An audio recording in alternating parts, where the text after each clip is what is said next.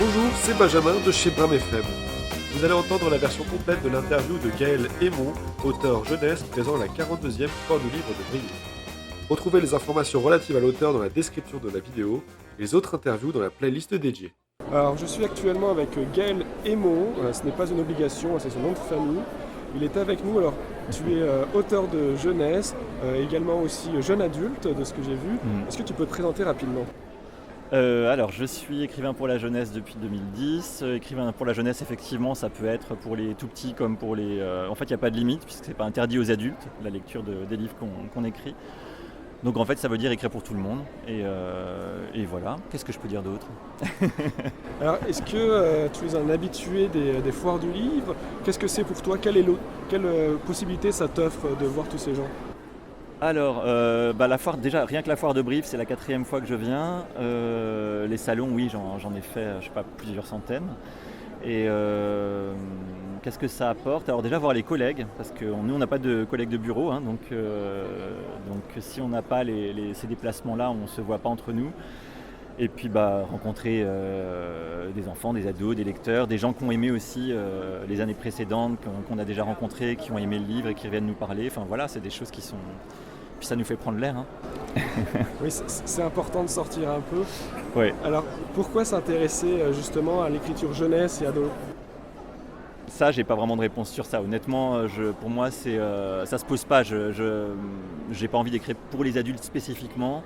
Et si des adultes veulent me lire, ils peuvent, mais c'est à eux de venir à moi, c'est tout. C'est comme ça, je ne me l'explique pas. Et alors, quels sont les sujets que vous traitez ? Alors j'évite de parler d'un sujet en fait, moi, de partir d'un sujet. Je vais partir d'un personnage et ça m'emmène dans une direction et puis dans un genre. Mais si on part d'un sujet, c'est comme si on en traitait d'une manière pédagogique, ce qui est une grosse erreur en général de considération de la littérature jeunesse, c'est que c'est un outil pédagogique ou scolaire. Or c'est de la littérature, donc c'est pas traiter un sujet, qu'une œuvre soit suffisamment riche pour que ça donne du carburant au cerveau du lecteur et que son cerveau fonctionne et après il en fait ce qu'il veut. Mais il ne va pas intégrer un message qui aurait été délivré, un sujet qui aurait été traité et qu'on lui a dit comment penser et tout ça. Donc c'est vraiment... je pars pas de sujet précis en fait. Voilà. D'accord, donc un peu au fil de l'eau. Il y a une envie, il y a quand même, je sais pas, le dernier roman, 17 ans à jamais, je voulais traverser les guerres mondiales et tout le XXe siècle, je voulais une héroïne qui ne vieillisse pas, et forcément après des thématiques vont se dégager dans une telle traversée, quoi.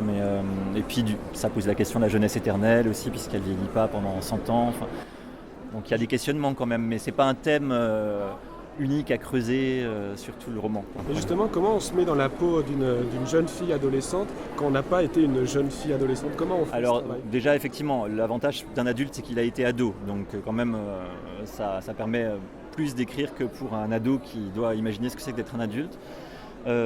Après, un acteur qui joue Spider-Man n'a jamais été super-héros et il va bien devoir le faire. Et donc c'est un boulot et en plus, alors moi ma réponse, parce qu'on me pose souvent la question pour un personnage féminin, il faut mettre des E aux adjectifs. Et ça passe très bien parce qu'en fait on est assez similaires. C'est une très belle réponse. Enfin une dernière question, s'il y a un plat que vous devriez faire, lequel vous maîtrisez le plus ? Lequel je maîtrise le plus dans les plats ? Le curry indien, biryani.